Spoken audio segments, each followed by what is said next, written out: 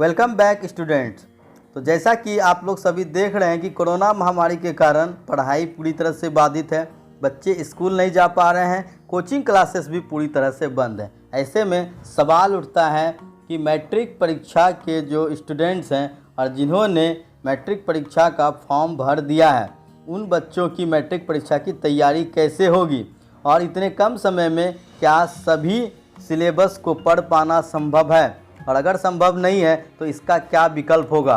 तो आज इस वीडियो के माध्यम से आप लोगों को बताने जा रहे हैं कि काफ़ी बड़ा बदलाव होने जा रहा है। सीबीएसई की तर्ज पर बाकी बोर्ड में भी सिलेबस में काफ़ी ज़्यादा कटौती की जा रही है, खासकर गणित विज्ञान में काफ़ी कटौती की जाएगी। तो आज इस वीडियो में अंत तक बने रहें, आपको पूरी जानकारी दी जाएगी। स्वागत है आपके अपने YouTube channel Vidya Vihar competition classes में, और हमारे इस चैनल को सब्सक्राइब कर ले ताकि ऐसे ही आपको इन्फॉर्मेशन समय पर दी जा सके। तो यहाँ देखिए, स्कूली शिक्षा विभाग ने अब अगले सप्ताह संशोधित सिलेबस जारी करने की तैयारी कर रहा है। इसके तहत मैट्रिक में जो आपके दो सब्जेक्ट हैं, गणित और विज्ञान, तो इन विषय में पूरे चैप्टर तो नहीं हटाए जाएंगे। इन दोनों विषय में वो सभी चैप्टर्स को हटाए जाएंगे जिनमें कि खुद से घर पर समझ पाना आसान नहीं होता है, यानी कि जो बच्चे अपने से घर पे उसको नहीं समझ पाएंगे वैसे चैप्टर्स को हटाया जाएगा।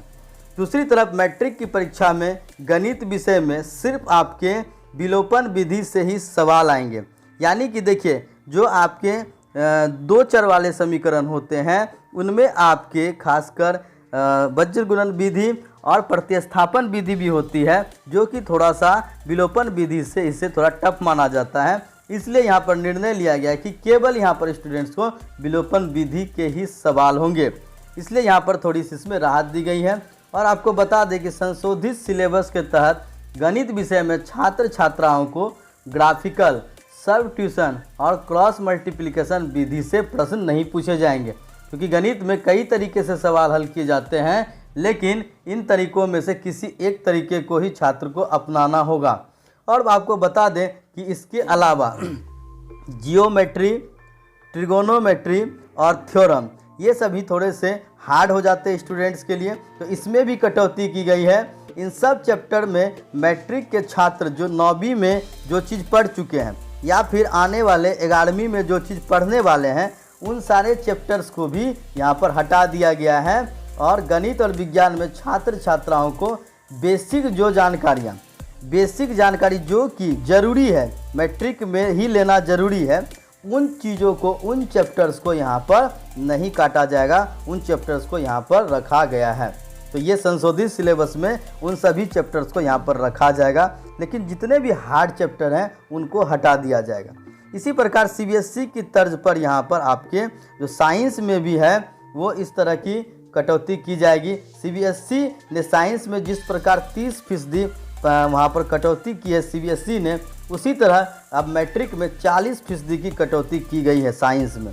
अब देखिए साइंस में क्या क्या कटौती की गई है, तो जो भी कठिन सब चैप्टर एप्लीकेशन है उन्हें हटा दिया गया है, यानी कोई भी अगर जो कठिन चैप्टर है जिसमें कि स्टूडेंट्स को पढ़ने में समस्या है उन्हें हटा दिया गया है। जैसे कि आपके देखिए फ्लेमिंग्स के जो वाम हस्त नियम होते हैं, इन सब चीज़ों को टीचर के बिना समझना थोड़ा मुश्किल होता है। इसी प्रकार जो आपके ह्यूमन आई हैं, मानव नेत्र हैं, और उसके रंग बिरंगे संसार जो हैं उसको हटा दिया गया है, और सिर्फ मानव नेत्र को ही पढ़ना है। अब यहाँ पर मानव नेत्र के बारे में अलग जानकारी जो भी है उसको यहाँ पर नहीं पढ़ना होगा। खुद से जिस टॉपिक की तैयारी नहीं कर सकेगी और जिन विषयों को वो आगे पढ़ेंगे उसे भी हटाया गया, यानी कि जो खुद से पढ़ना मुश्किल नहीं है और जो विषय वो आगे पढ़ेंगे उस विषय को हटा दिया गया है साइंस से भी। इसके अलावा समसामयिकी, बीमारी, प्रदूषण समेत अन्य टॉपिक को रखा गया है, जो कि लिटरेचर की तरह है, जिसे स्टूडेंट्स यहाँ पर घर पे भी आसानी से तैयारी कर सकते हैं। तो ये तो हो गई गणित और विज्ञान की बात। अब आते हैं भाषा में। तो भाषा में साहित्य को कम कर दिया गया है। मैट्रिक में जो आपके हिंदी, अंग्रेजी और संस्कृत भाषा हैं, इसमें काफ़ी कटौती की गई है। इसमें साहित्य पाठ में अध्याय की संख्या कम की गई है। गणित और विज्ञान विषय के चैप्टर एक दूसरे से लगभग रिलेटेड होते हैं, तो यहाँ पर भाषा में ऐसी बात नहीं है, इस वजह से इसके अध्यायों को कम किया गया है।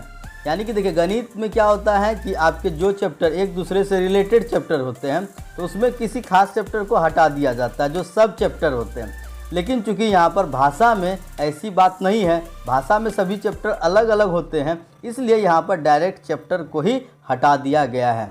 तो यहाँ पर देखिए अब जो भी चैप्टर बच गए हैं तो यहाँ पर ये भी कहा जा रहा है कि सारे चैप्टर से सवाल तो पूछे ही जाएंगे, लेकिन यहाँ पर देखिए अब सवाल जो पूछे जाएंगे तो उसमें क्या होगा, जवाब देने के लिए आपके पास ज़्यादा विकल्प दिए जाएंगे। मतलब कि आपको इस तरह से विकल्प दिए जाएंगे कि जैसे लॉन्ग क्वेश्चन है तो वहाँ पर एक क्वेश्चन में आपको 2 क्वेश्चन दिए जाएंगे अथवा के तौर पर।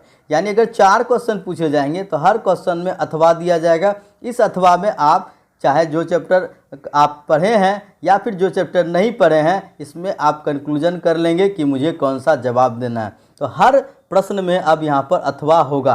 पहले यह सभी प्रश्न में नहीं होता था, लेकिन अब हर प्रश्न में अथवा होगा। और देखिए कोरोना की वजह से स्कूल बंद है, मैट्रिक के छात्र छात्राओं की परीक्षा की तैयारी के लिए अब यहाँ पर टेस्ट सिस्टम आयोजित किया जाएगा। तो जैसे ही संशोधित पाठ्यक्रम तैयार होगा, उसका मॉडल पेपर तैयार होगा, वो बहुत जल्द आप लोगों के बीच आने वाला है और हर छात्र छात्राओं तक उसे उपलब्ध करा दिया जाएगा।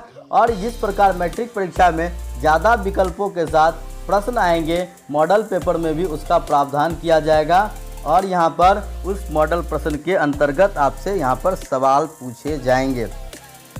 और यहाँ पर देखिए जो आपके सबसे बड़ी बात है कि जो ये सभी चीज़ प्रोवाइड करा दिए जाएंगे। और अब यहाँ पर कहा जा रहा है कि 21 से जो आपके 21 सितंबर से जो स्कूल खुलेंगे तो विद्यार्थी वहाँ से जाकर सिलेबस से संबंधित पूरी जानकारी ले पाएंगे और अपने वहाँ पर जो है बातों को अच्छी तरह से टीचर से क्लियर कर सकते हैं। तो यहाँ पर अब आप लोगों के लिए बहुत अच्छी खबर है। तो 40% तक लगभग सिलेबस में कटौती की जा रही है और जैसे इसका मॉडल प्रश्न पत्र मार्केट में उपलब्ध होगा तो आप लोग इसे पूरी तरह से समझ लेंगे। तो यहाँ पर आज की जानकारी में बस इतना ही। अगर वीडियो पसंद आई हो तो लाइक और शेयर ज़रूर करें और इस चैनल पर बने रहें। मिलते हैं एक और ख़ास इन्फॉर्मेशन के साथ, तब तक के लिए गुड बाय। जय हिंद, जय भारत।